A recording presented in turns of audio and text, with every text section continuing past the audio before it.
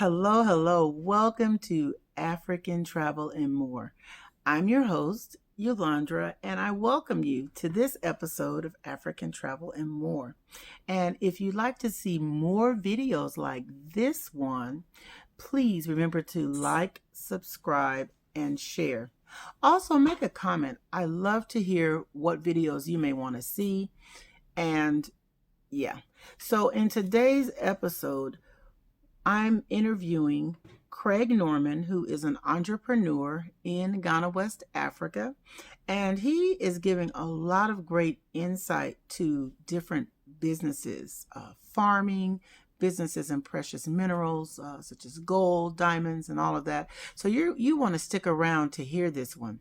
So remember, subscribe if you want to see more videos like this. And thank you for those who are currently subscribed and supporting me. I thank you so much. I couldn't do it without you.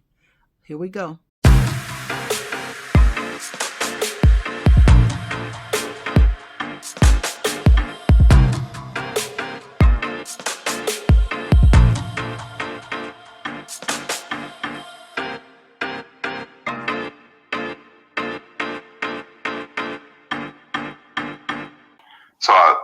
So I looked at, I was in, when I went to graduate school and was doing my studies, I took a class in commerce, and it showed that,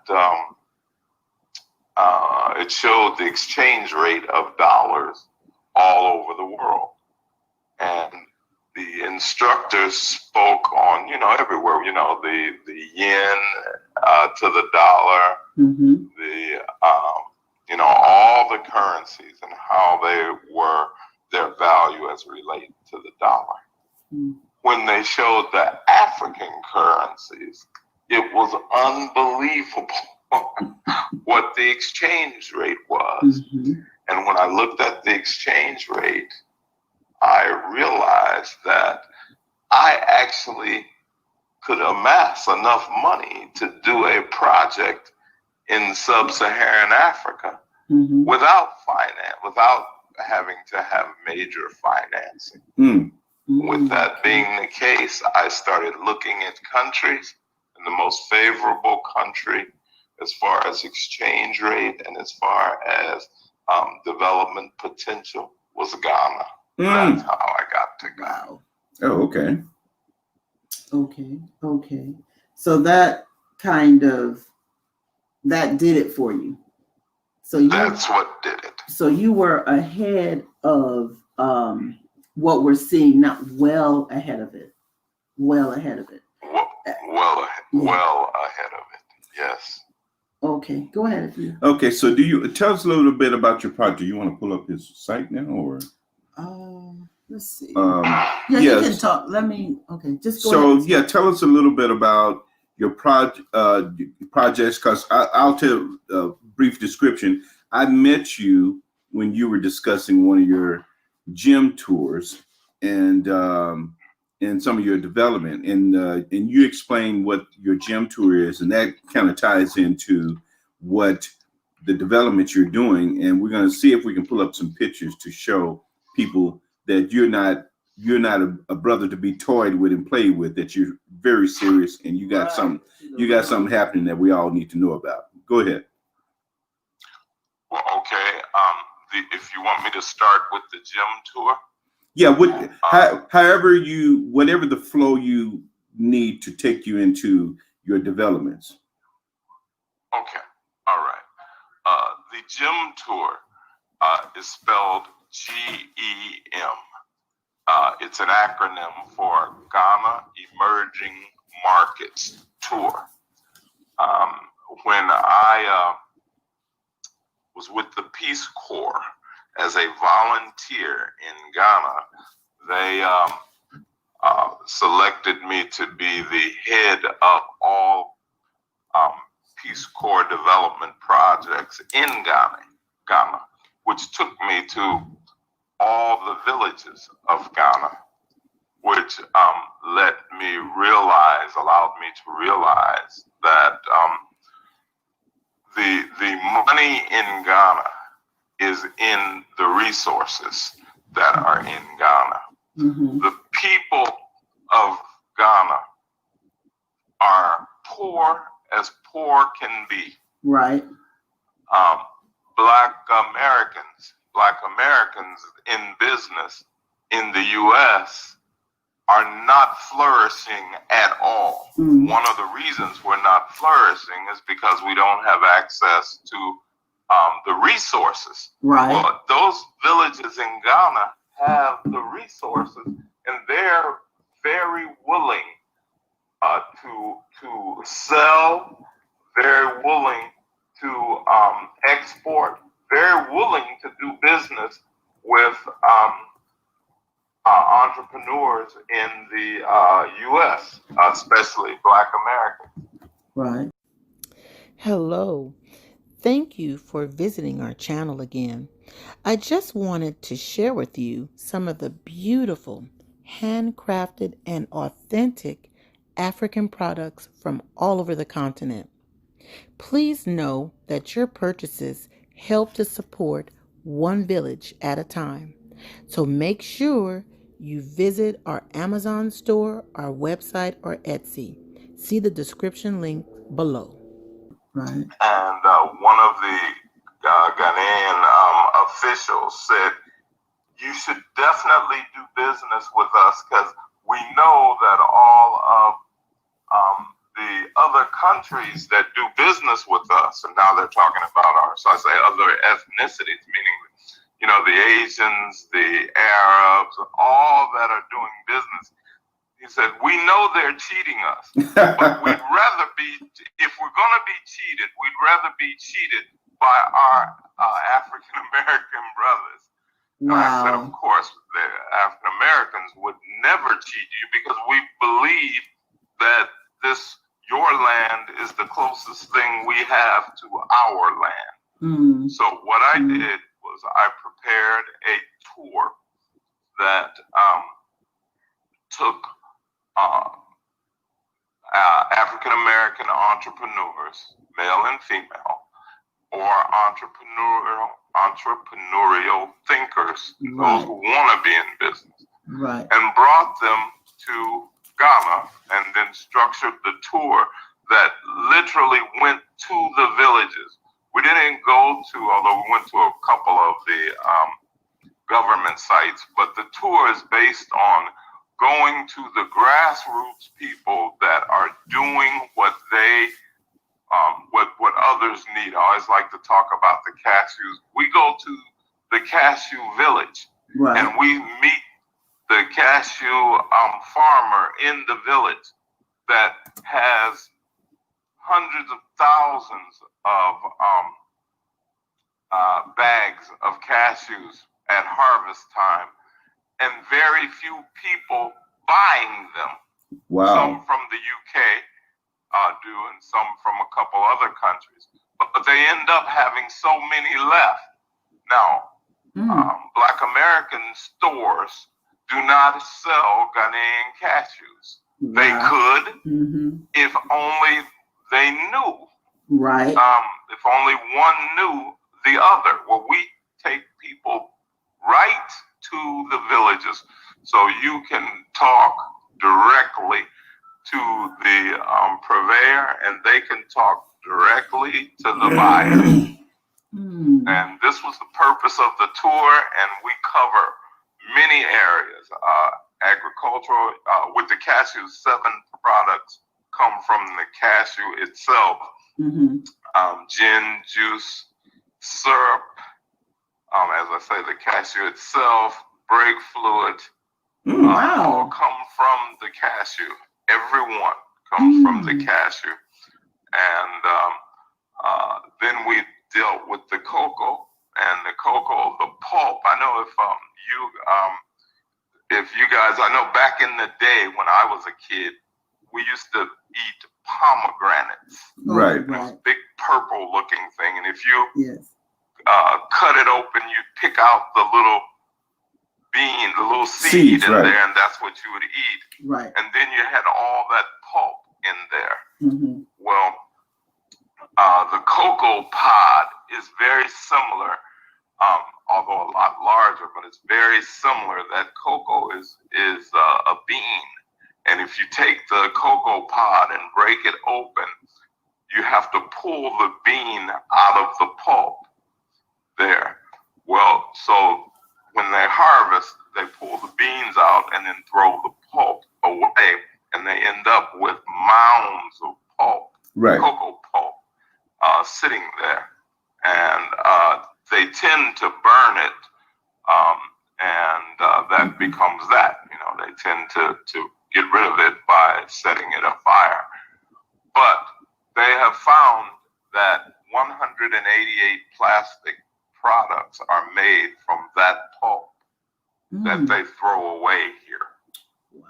And this is from people who have attended the gym tour, various scientists at cocoa research in Ghana, and people who have attended the tour, who all are aware of this, and again, just didn't know that existed. Well, again, the purpose of the tour is to get people who need resource or who need these business products to the actual villagers who actually have the resources that need. Now, everything I've mentioned so far, I haven't mentioned precious minerals yet, and that's gold and diamonds. But I'll say that shortly, and then I'll move on from there. But excuse me, all of everything I've said so far with the agricultural products need to be processed into the item that would be shipped. In the whole of Ghana has 30 million people. They have 3 processing companies, and none of them are run by Ghanaians. And none of them are run by African Americans or sending anything to America on a grand scale. I think that we as African Americans are missing a humongous opportunity, because building a processing plant costs between $20,000 and $30,000 US, but the number of products that we would be able to produce and ship throughout the world, well, you'd make that in a week. So that, again, that's the whole purpose of the tour. Now, I did say I'd mentioned precious minerals. Ghana is, everyone I'm sure knows of Ghana being one of the Gold Coast countries in sub-Saharan Africa. And then that name obviously went from Gold Coast to Black Gold from the transatlantic slave trade. But Ghana has a tremendous amount of gold. It's unbelievable. There's a city in Ghana, major city called Kumasi. And that is where Ghana Gold Fields is located. And in Kumasi, they blast for gold twice a month. And that means they blast for gold, and they have to blast into the mountain, and they go in and try to mine the gold, but they have to wait for 2 weeks until the dust settles, so therefore they can only blast into every 2 weeks.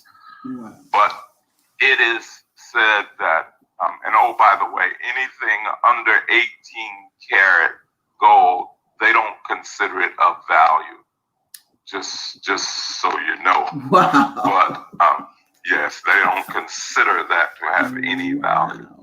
Value for gold starts at 18 carats and above, and that's because Ghana gold comes out the ground 23 karat, and anything above 22 karat is considered pure.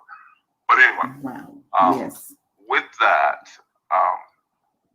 they said that if they blasted twice a day, remember, they blast every 2 weeks. They said if they blasted twice a day, every day, 365 days out of a year, and they blasted twice a day and did the gold and processed the gold, it would take over 100 years before they depleted half of Ghana's gold supply. Wow. So, as I say, Ghana in gold is a real big thing. I don't like to deal with gold because most people that I know want to smuggle it. And that is not something that our company is involved in, because most people will get in trouble over time by trying to smuggle gold outside of Ghana. Right. However, there is a way, a legal way to do that, and that is to go through Ghana Precious Minerals Corp. It's GPMC. Ghana Precious Minerals Corporation, and get a gold dealer's license and follow the rules. At the end of the day, it costs about $25,000 to do it, and you have to get your license. They give you an assayer, and they give you an office, and you have to reach certain minimums of sale each month for the year. And that is the way to do it, and that is the only way that my company will be involved with that. Doesn't mean that people don't come here and go to the, as they say, go to the bush and get gold, jump on the airplane and fly back to the States, no problem. Right. But one day, if you get caught, it's going to be a major problem. True. So I don't deal with that. True. However, we do deal with the diamonds, and the diamonds, those on the line who know diamonds know that you have industrial grade, that's I, and then S or SI or G or VG, and the highest grade being VV, meaning V for the color and VG for the quality. So they, Ghana diamonds are small. You're not going to get much over 5 carat, if anything. But Ghana diamonds they come out the ground, VV quality. Wow, I was getting ready to say. When cut and polished, you will have gem quality stones. You generally will end up with a half to 2 carats when cut and polished, and they're very plentiful in Ghana. There are a couple funny stories about the diamond purchases. If there's time, and you guys are asking, I'll share a couple stories that will make you laugh. I promise. You know what, I promise. Okay, listen. Before you share the story, tell me a little bit about what does it take if you want to buy into the diamond business. What does that cost? Would we run the precious minerals business? Yes. Yes. What it takes to get into that, and from the tour, we always get people who are very interested. But what it takes now is upfront. It's buying shares. You'll be buying shares, and the last time we took people in, the minimum share was, I think, $5,000 US. Okay. And that got you one share, obviously. 10,000 got you 2 shares. It was like that, and we have people who have bought shares into the diamond business. And as I say, the dividends are paid out, and it's a very lucrative thing for those who are interested in that. We are always, to make it even better, we are always looking for what they call end users, meaning people who want to get in this business, so because they know someone, someplace, some company that will sell the diamonds once they are received by the shareholder. Then it becomes a little different process, because we end up, nobody makes money till the end users purchase. True. And being over here, we have no problem securing diamonds. Our problem is end users in the U.S. Right. Because that's who I primarily deal with. But in Canada, they are looking for diamonds as well. Oh, but, yes, they are. So tell us the funny story.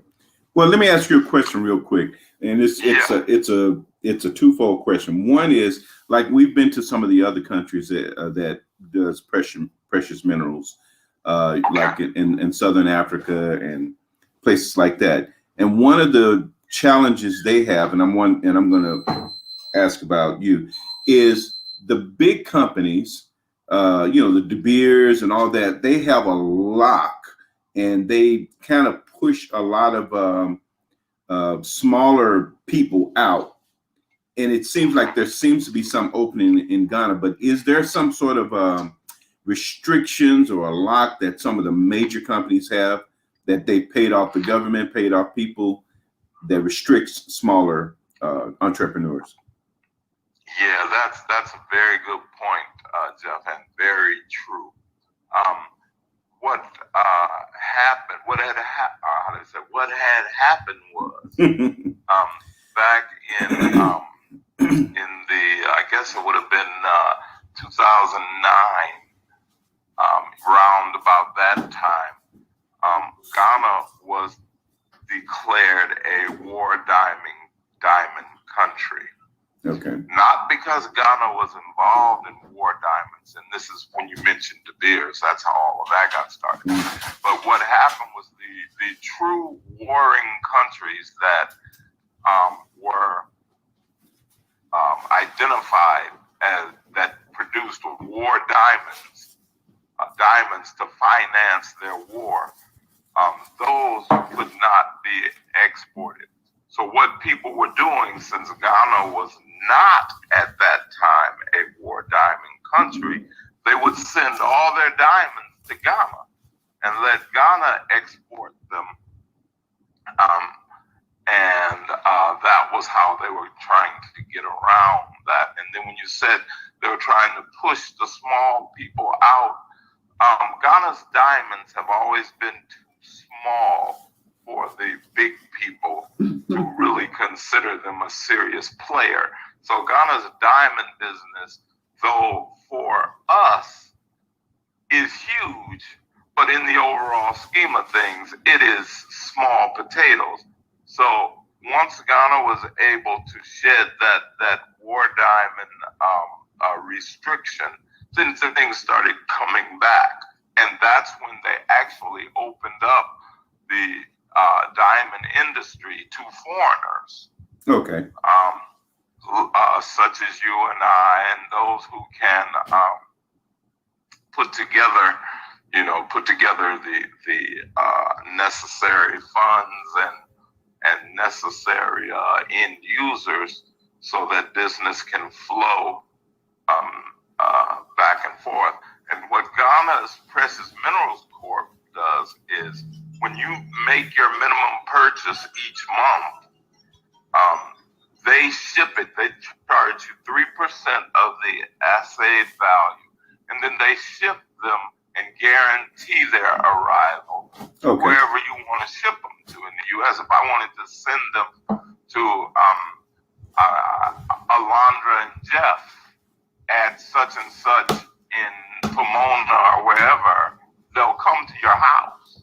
The diamonds will be delivered to your house. That is what they guarantee here, so that they can try to get or make sure they get people in so they can get back to doing the level of business they were doing before they had the war diamond shut down. Okay. So basically, and this is going to be a question based on complete ignorance, but it appears to me, and you correct me, the supply chain is, say, a small investor go there, they have $5,000, they buy shares, and then from those shares they can get, they have a potential client or usage in the United States, so they get the diamonds, and then they have to find someone first in Ghana to cut, polish, or is the cutting and polishing done in the U.S., and then they have to get it set and then get it ready for retail. I'm just kind of ballparking. The last part of what you said is 100% correct. The first part is a little bit off in this, that when you become a shareholder in Precious Minerals, when our company's Precious Minerals Endeavor, you're just getting dividends. You're not getting diamonds. Oh, okay. Now, if you are a person that has an end user in mind, if you say, well, okay, I have struck a deal with K Jewelers or somebody, and I can handle, 100,000 worth of diamonds each month, then that's a different part of the company. That's a different part of it. That's a good part. If you are that type of person, and I just picked the K Jewelers, you could just be any, have any connection, and then we will send you the diamonds, and you will, through your connection, get them cut and polished and so forth. Now, if you want them cut and polished here, and we send you the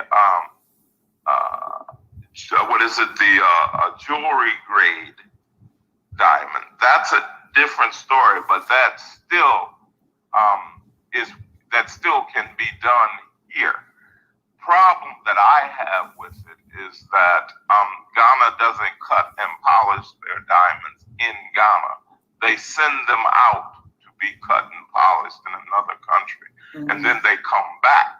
And it's when they come back and are cut and polished that they then send them to, or we send them to, the end user, who is that person that requested that. Oh, okay. You do not have to buy shares in the company if you are that person. The person is just trying to receive diamonds to distribute to their to their connections, or have a store, have your own jewelry store, and you are setting them and putting them stones and rings or necklaces or whatever. You if that's a different phase, that's a different section of the business, that person. Okay. So that's interesting. So I'm just gonna now it's going to be two questions. One is, just to clarify, the payment for the precious minerals is separate from getting diamonds yourself if you're trying to be an entrepreneur or merchant of diamonds. Is that correct? Yes, you do not have to buy shares into our company to do that. If you want to just come to Ghana and you want to become what we are, okay, we're not exclusive. We're not the only company that Ghana says you can do the diamond business. What I told you is what we do in our strategy. You can come with your own strategy. And in the gym tour, we take you not only to the Diamond Village, but we take you to Ghana Precious Minerals, where you can set up your business deal if that's how you choose to do it. Oh, sounds good. So what I want to do is ask now the specifics on your gym tour if somebody wanted to go? What is a process from now to the time you do the tour in terms of deposits, payments, promises, guarantees, that sort of thing? And then we'll move on to your developments. Okay, cool. The gym tour is August 15th, 2021, August 15th. It is going to be 10 to 12 days. We are just setting the itinerary now. Matter of fact, Friday, we just were able to identify the itinerary that we're going. This year, we're actually going up north, and I'm sure you guys will get a kick out of this. We're actually going up north to Bolga. Oh, to Bolga. Yes. Yes. This year, we will be going up. We never go up north. This year, we're going up north, and I'm going to try to get into. We're not going to get into Bolga baskets, but we are going to try to get into the textiles and leather products. Oh, yes. That's good. That's very good. Yes. Because that is tremendous opportunity for those who have the ability or choose to deal with leather products. Yes. It is unbelievable. Yes. And then I'm sure you, Jeff, and Alondra was trying to sneak off and go over to the Bolga basket. Without a doubt, brother. Of course. I don't know that we'll be sneaking, Craig. We'll just say we have to go to the village because that's our village that we've that's our family now. So we've done a lot of business in Bolga. So Bolga Tanga. That is great. Yes. So those entrepreneurs on the phone, if you happen to go on the gym tour, when we get to Bolga Tanga and you see Jeff and Alondra go somewhere, just follow them. Yes. Just follow them. Yes, because we'll be creating. Those are the things that we're looking at. Absolutely. Anyway, we're going to, that is coming out in January. Awesome. The gym tour itinerary and cost and all of this will be put out in January. All right. The way it works, the logistics of it is we come up with a price for the entire tour, and that covers your food, 3 meals a day, your lodging, everywhere we go, your transport to and from there, obviously your pickup from the airport, and then your return to the airport. So once you are with the tour, once you hit the ground at Kotika Airport, then you only need your spending money from that point forward. That's good. You do not need the other money for anything else. Also, we have agreements with the various medical clinics en route